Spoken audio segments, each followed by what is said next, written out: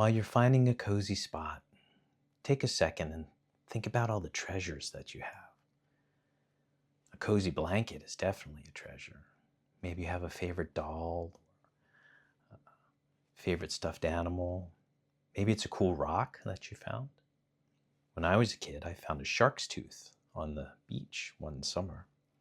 That was my treasure. Took it home, put it right in my treasure box. You're surrounded by treasures. Let's see what treasures Tom Sawyer can find as we keep going with The Adventures of Tom Sawyer by Mark Twain.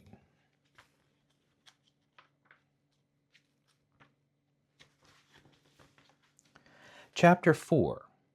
Tom Becomes a Pirate. The two boys ran so fast that they seemed to fly. They ran into an old building and shut the door. They decided they should say nothing about what they saw. If they told anybody about Injun Joe, he might come and kill them. Tom wrote on a piece of wood, "Huckleberry Finn and Tom Sawyer agree they will never talk about this. If they do, they hope to drop down dead." They cut their fingers and signed on the wood with their blood. Tom helped Huckleberry to write his name because Huckleberry couldn't write. Then they buried the wood near the door. When Tom got back to his room that night, Sid saw him but pretended to be asleep. Tom got into bed and fell asleep. The next morning, Aunt Polly was very sad. Sid had told her that Tom was out all night, and she cried. She did not hit Tom, and this made Tom feel very bad. He went to school, but he sat sadly in the classroom. At lunchtime, the news came to town that Dr. Robinson had been killed in the graveyard and a knife had been found next to his body. It was Muff Potter's knife. Somebody remembered seeing Muff wash in the river that morning. This was unusual because Muff did not wash very often. Everybody went to the graveyard. They all thought Muff Potter had killed Dr. Robinson. "He'll hang for this," they said. Then Muff came to the graveyard too. He looked at the dead man. "I didn't do it," he said. He began to cry. Then he saw Injun Joe was also there and lost hope. "Tell them, Joe." "It's no use." Tom and Huckleberry heard Injun Joe tell everybody that Muff had killed the doctor. They couldn't believe that he could tell such lies. Surely God would strike him dead. But God didn't strike him dead. Tom could not sleep very well for a week after this. He had bad dreams. "You make a lot of strange noises when you sleep," said Sid. Muff Potter was put in jail, and Tom sometimes went to see him and gave him some food or a drink. He felt very sorry for him, but didn't know what to do. Then Tom had another problem. Becky was sick and stopped coming to school. What if she died? Tom didn't think about being a soldier or a pirate now. He even stopped playing his favorite games. Aunt Polly was worried. She thought Tom was sick. She gave him all kinds of medicines to cure him. Nothing worked. Then she found a new medicine. It was like fire in your stomach when you took it. Tom didn't like this medicine at all. He gave some to the cat. The cat didn't like this medicine either. It jumped up into the air. It meowed very loudly. It ran around and around the room. It knocked over a flower pot. Aunt Polly came in just in time to see it jump through the window, knocking over some more flower pots as it went. Tom lay on the floor laughing. Aunt Polly decided Tom was better and didn't need to take the medicine again. Tom went to school and waited at the gate. He did this every morning. Would Becky come back today? Yes, there she was. Tom was so excited that he began showing off again. However, Becky took no notice of him. She was still angry with him. "Some people are always showing off," she said to a friend. Tom felt very bad after Becky ignored him. He walked away from the school. He decided he could never go back. He was very sad and began to cry. Then he saw Joe Harper. Joe's mother was angry with him because he drank all the milk. Joe was sure that his mother did not want him anymore. The two boys walked along. They promised to be friends forever. Tom told Joe about his plan to be a pirate, and they decided to do it together. Jackson's Island was about 3 miles down the river from St. Petersburg. It was near the other side of the river, and nobody lived there. That would be their home. They found Huckleberry Finn, and he joined them. Each of them grabbed some food and got their fishing lines. At midnight, they got on a small raft and went to the island.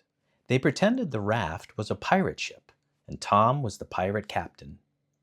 2 hours later, they were on the island. They made a fire and ate some of the ham. They talked about being pirates and decided they did not want to steal anything or hurt anybody, but they would still be pirates. Then they fell asleep. Chapter 5. Tom and his friends die. When Tom woke up in the morning, he wondered where he was. He sat up, and then he remembered. They were pirates on Jackson's Island. He woke Huckleberry and Joe, and soon they were swimming in the shallow water of a sandbar. They were not homesick at all. The raft had drifted away during the night, but they were not worried. They couldn't swim to St. Petersburg because the river on that side was very wide, but they could swim to the other side of the river. It was not far. There, they could take the ferry to St. Petersburg if they wanted to. They caught some fish and cooked them for breakfast. It was the nicest fish they had ever eaten. They explored the island. It was about 3 miles long and a quarter of a mile wide. It was only 200 yards from the other side of the river. They returned to the fire and had some ham for lunch. They were beginning to feel a little homesick, but none of them told the others. Then they heard a noise coming from the river. They saw the ferry boat near St. Petersburg. They heard guns being fired. "What are they doing?" asked Joe. "I know," said Tom. "Somebody is drowned. That's what they do when somebody drowns. It makes the body come up." "I wish I were there," said Huckleberry. "I wonder who it is." Suddenly, Tom thought of something. "I know who it is. It's us." This made them all very happy. They could imagine everybody crying for them. People would be remembering all the good things about them. It was a good thing to be a pirate. They watched until the ferry went back to St. Petersburg. Then they caught some more fish and had dinner. They sat by the fire as it grew dark. Joe did not like the darkness. He began to wonder if they should go back to St. Petersburg. He told Tom, but Tom laughed at him. Huckleberry fell asleep first, and then Joe. Tom, however, looked for some pieces of bark and wrote on them. He put one of them in his pocket and the other in Huckleberry's hat. Then he swam to the other side of the river and ran to the ferry. Nobody saw him sneak into the lifeboat and hide there. After a while, the ferry crossed the river to St. Petersburg. Tom waited until everybody had gone. Then he got out and ran to his house. Nobody saw him sneak into the house. Nobody saw him go under Aunt Polly's bed. Aunt Polly came in with Joe Harper's mother, but they did not know he was under the bed. Tom listened to them talking about him and Joe. Sid and Mary were there too. They were all very sad and said lots of nice things about Tom and Joe. Everybody believed they had drowned because the small raft was gone and then found on the other side of the river. Then Tom heard them talk about the funeral, which would be on Sunday. Mrs. Harper left, and Aunt Polly went to bed. Tom waited until she was asleep. Then he got out of his hiding place. He put the piece of bark near the candle. Then he kissed his aunt. He thought about the bark and decided to put it back into his pocket. Nobody saw him as he went back to the river. Nobody saw him take a small boat and row back to the other side. It was already light when he got back to the island and the other pirates. He told them about his adventure, and they had a very happy breakfast. Tom slept most of the morning. In the afternoon they swam and fished and played games. The day seemed to be very long. "Let's go home, boys. It's too lonely here," suggested Joe. "But it's very good for swimming and fishing here," said Tom. "I don't care. I want to go home." "You're just a baby." "I'll never speak to you again," shouted Joe. He began to walk to the sandbar. Huckleberry and Tom watched him go. "I want to go too," said Huckleberry. "I'm going to stay here," answered Tom. "Come back with us, Tom. You'll be all alone." Huckleberry began to follow Joe. "Wait, I want to tell you something," shouted Tom. He went to them and told them his secret plan. They all agreed with it and decided to stay. Everybody was happy again. That night there was a terrible storm, and the boys were afraid. Everything got very wet. In the morning they made a new fire. They dried their clothes and cooked a hot breakfast. They decided to stop being pirates for a while. Chapter 6. Tom is alive again. It was Saturday afternoon, and nobody was happy in St. Petersburg. Sunday was the day of the funeral. Becky was crying near the school. Other children were talking about Tom and Joe and Huckleberry. They talked sadly about what they did and said, "It was a sad, sad day." On Sunday morning, the church was full of people. The minister talked about the three boys. Many people cried with Aunt Polly and Mrs. Harper. Even the minister cried as he talked. Then the church door opened, and the three boys walked in. They had been hiding in the church, listening to their own funeral. Everybody hugged and kissed them. The sad church became the happiest church that anybody had ever seen. That was the plan Tom told his two friends when they wanted to go home. They all loved the idea of attending their own funeral. When Tom got home, Aunt Polly was a little angry with him. "It was a mean trick," she said. "You should have told me so that I would not cry." Then Tom told her, Mary, and Sid about his visit to the house, when he hid under the bed and listened to Aunt Polly and Mrs. Harper. But he told them it was a dream. They were surprised that his dream was exactly what had happened. Then he told them about the piece of bark that said they were not dead, and how he kissed Aunt Polly at the end of the dream. The next day at school, Tom was famous. He walked around like an important person. He ignored Becky. He didn't need her now. She was annoyed. She invited the other children to a picnic, but she did not invite Tom. Tom went to talk to Amy Lawrence. Becky saw this and started to talk to Alfred Temple, the new boy that Tom had fought with. Tom saw this, and he felt very strange. He forgot to listen to Amy Lawrence. Tom went home at lunchtime, but he did not come back that afternoon. Alfred Temple wanted to talk to Becky again, but she told him to go away. Poor Alfred wondered what he had done. He was angry, and Becky saw him tear Tom's spelling book. She wanted to tell Tom, but then she changed her mind. Let him suffer. When Tom got home, Aunt Polly was angry.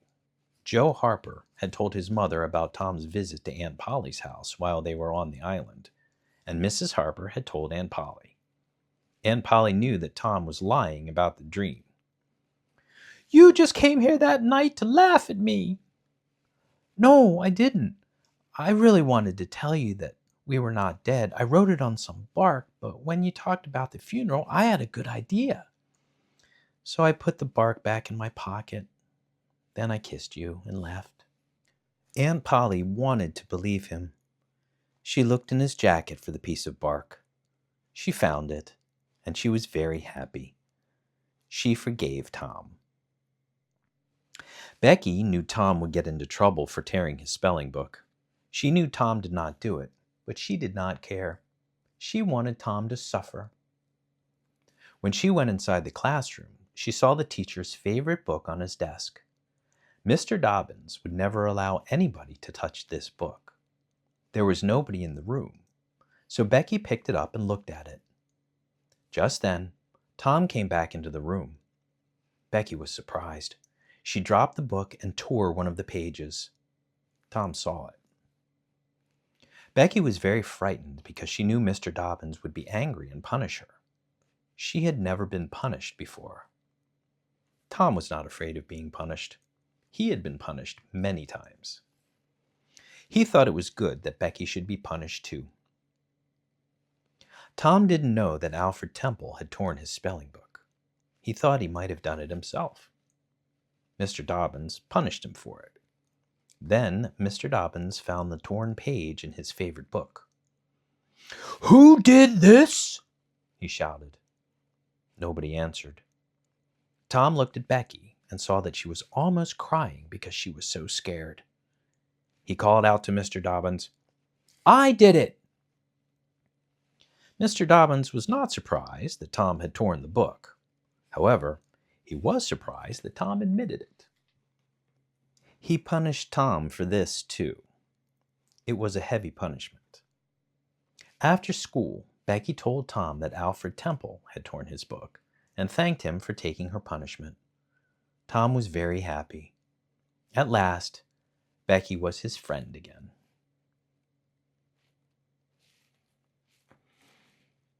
Let's stop there for tonight. Remember, you are brave. And being brave is not being not scared. Being brave is being scared and doing it anyway. So get some rest, have the best dreams, and then go out and be brave tomorrow.